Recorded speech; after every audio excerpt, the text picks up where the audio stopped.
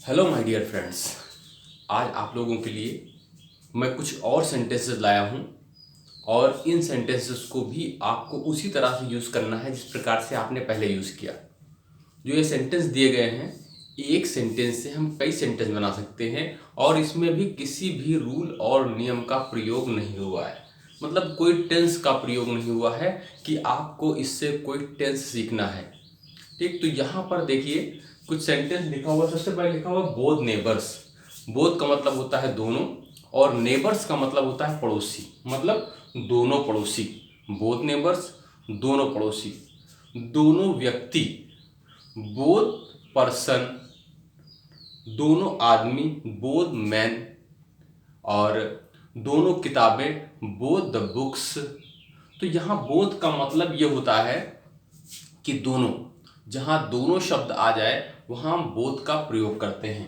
दूसरा है both of our neighbours, हमारे दोनों पड़ोसी। बोथ ऑफ आवर बुक्स, हमारी दोनों किताबें।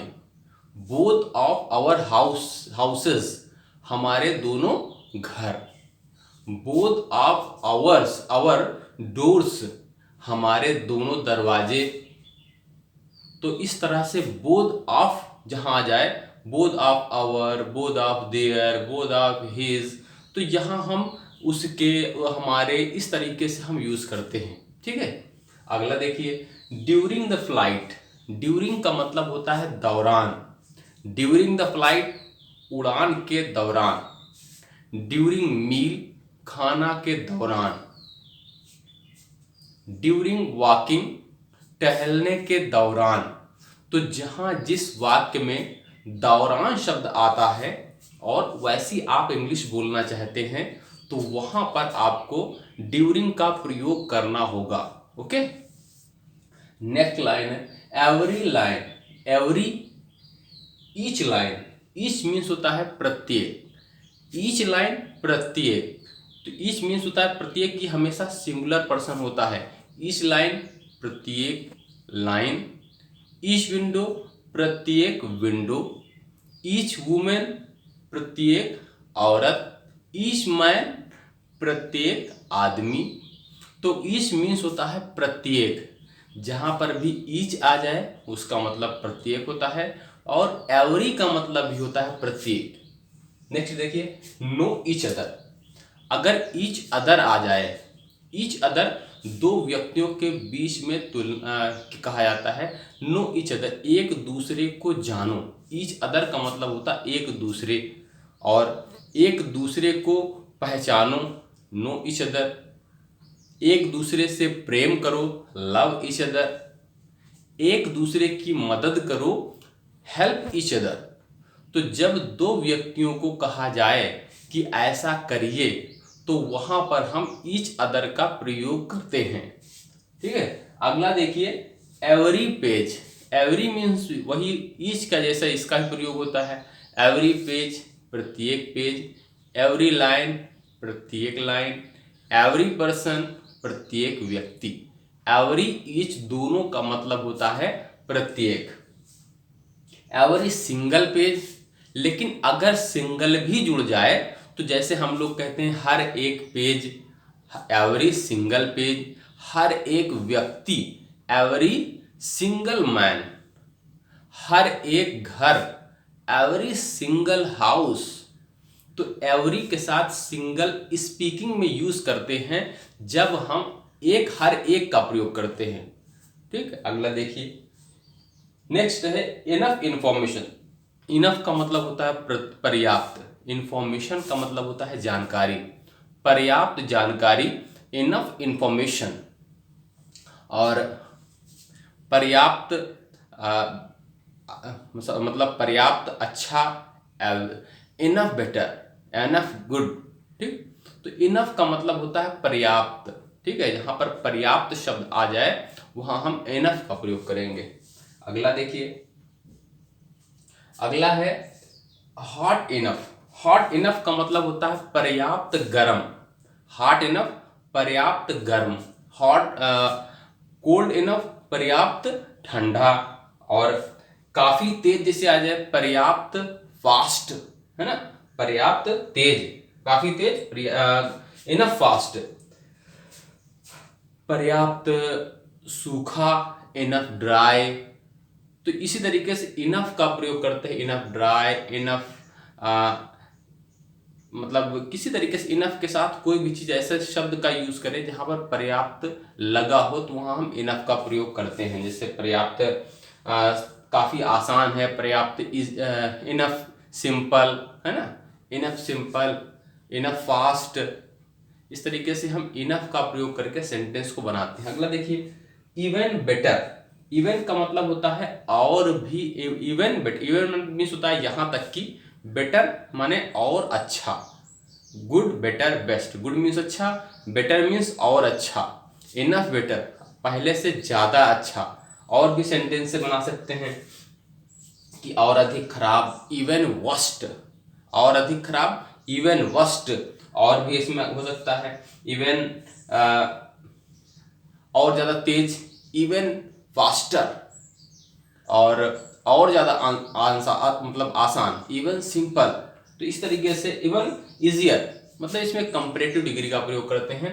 जो इवन होता है उसमें हम कंपैरेटिव डिग्री का प्रयोग करते हैं। जैसे इवन इजी नहीं करेंगे, इवन इजियर, इवन इजियर, और ज्यादा तेज, इवन फास्ट नहीं कहेंगे, इवन फास्टर, और ज्यादा। ठीक है, इवन का मतलब होता है, अब वो जो सेकंड डिग्री होती है, कंपैरेटिव डिग्री होती है, उस डिग्री में हम क्या करते हैं कि इस तुलना ही करते हैं एक दूसरे के मध्य। ठीक है, दो के मध्य जब तुलना होती है तो वहाँ हम कंपैरेटिव डिग्री का प्रयोग करते हैं। तो यही वैसे ही बोला जाएगा, even better, even worst, even easier, मतलब और ज़्यादा, जैसा भी हो, जो भी हो। तो ये कुछ लाइंस हमने यहाँ लिखे हैं, इसको आप तैयार कीजिए। ठीक है, और देखिए इसके आगे लाइन देखिए, कुछ और सेंटेंसेस। एक्सेप्ट मी, एक्सेप्ट मी का मतलब होता है मेरे सिवा। एक्सेप्ट मी मीन्स मेरे सिवा। और भी इसी तरीके से सेंटेंसेस है एक्सेप्ट मी के जैसे, तुम्हारे सिवा, एक्सेप्ट यू, उसके सिवा, एक्सेप्ट हिम, राम के सिवा, एक्सेप्ट राम, श्याम के सिवा, एक्सेप्ट श्याम। तो एक्सेप्ट का मतलब सिवा होता है, किसी के अलावा, किसी के सिवा। तो हम वहां पर एक्सेप्ट का प्रयोग करते हैं। अगला सेंटेंस है फॉर एवरीवन, हर एक के लिए, तुम्हारी सेहत के लिए, फॉर योर हेल्थ।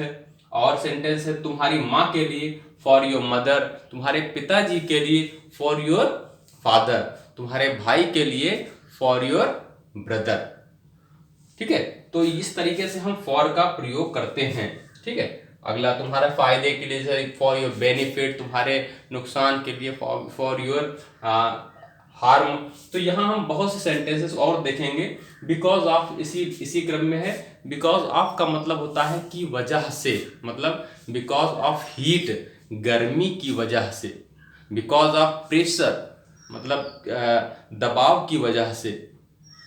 तो वजह से जहां पर यूज करेंगे, बिकॉज ऑफ यू, तुम्हारी वजह से। बिकॉज ऑफ योर बिहेवियर, तुम्हारे बर्ताव की वजह से। तो जहां पर वजह से शब्द आए वहां हम बिकॉज ऑफ का प्रयोग करते हैं। अगला देखिए, फ्रॉम रुदौली, मतलब रुदौली से। फ्रॉम फैजाबाद, फैजाबाद से। जब किसी स्थान से हम अलग हो रहे होते हैं वहां हम फ्रॉम का प्रयोग करते हैं। जैसे मैं रुदौली से आ रहा हूं, I am coming from Rudauli. मैं लखनऊ से आ रहा हूं, I am coming from Lucknow. Means to say when we are leaving a place, there we have to use from. Next one, from behind, पीछे से। from behind, पीछे से। और भी सेंटेंसेस हैं from का, from के लिए, from behind, पीछे से। और from your house, तुम्हारे घर से, है ना। from मतलब अंदर से हम कहेंगे from inside, और बाहर से फ्रॉम आउटसाइड, ऊपर से फ्रॉम अबव। ठीक है, नीचे से फ्रॉम बिलो, वहां से फ्रॉम देयर, यहां से फ्रॉम हेयर। तो इस तरह से हम फ्रॉम का प्रयोग करेंगे। अगला देखिए, in front of the children. In front का मतलब होता है के सामने। जब कोई निर्जीव चीज होती है वहाँ हम के सामने का प्रयोग करते हैं।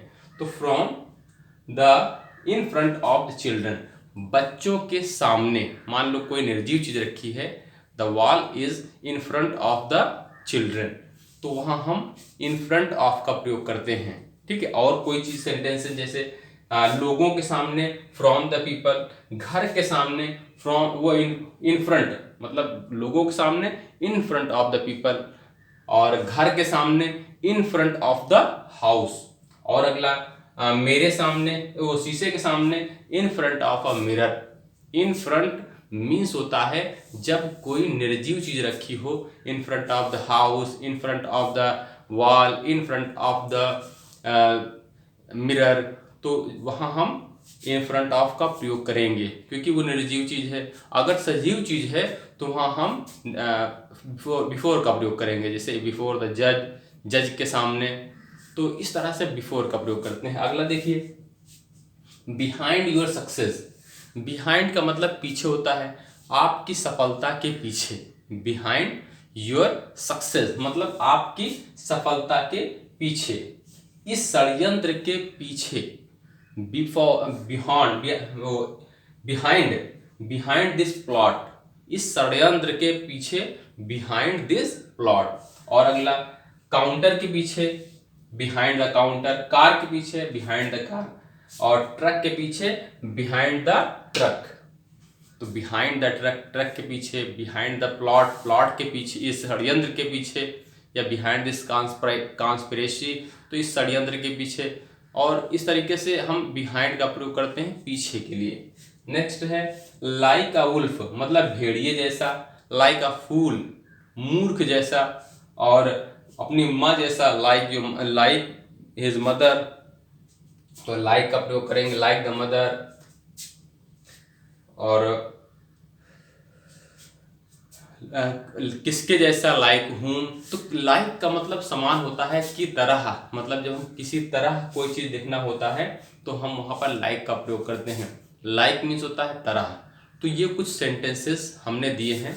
There I have given you some sentences and you have to speak all the sentences one by one and learn and use whenever you are going to speak up.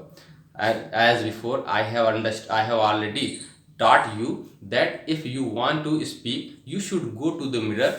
You should go in front of the mirror and start to talk with yourself, because you know well about this that there is no one who will listen what you are speaking. If there is someone who wants to talk with you, so you should welcome him. Please come here, I would like to talk with you. But if there is no one, then what would you do? It's my suggestion, if you want to speak, you should go to the mirror and start to talk with yourself, not with any other person, because there is no one. It's your problem that with whom I should talk. You should talk with yourself. Think in English. Whenever you are standing anywhere, you should think the motions. You should think what is occurring before you. If something is occurring before you, you should only think about this, that this is going on, some person is coming, some person is going. Like this, you have to think any other thing, because if you have changed your thinking, then you can be able to speak English. Okay. So try to speak English more and more, because if you speak, then your knowledge will be enhanced. You will speak fluently. You need not speak very fast. You need to speak slowly, because you have to talk with any other person, and he should understand what you are speaking. If you are speaking faster and faster, then that's not a good language. You should speak slowly, not fastly. If you are speak fast, that's not a good English. Speak slow, because the person who is listening to you, or the second person, wants to hear what you are speaking one by one sentences. If you are speaking fastly, then he will not understand your language. Okay, he will praise you that you are a good speaker, you speak very fluently. very fastly, not fluently. Fluent means the language which can be understood by anyone. If you are speaking very fast, then no one can understand what you are speaking, and you will make more and more mistake when you are speaking. Okay, so speak slow, and you should think about this, that the person who's listening to me, is he understanding or not? If he is understanding, then that's very good for your language. Okay, तो जैसा कि हमने sentence दिया, इसको आप बार बार use करते रहिए. The sentences which I have mentioned here at the whiteboard, you have to speak again and again. Daily I'll give you some more sentences like this. Okay, thank you.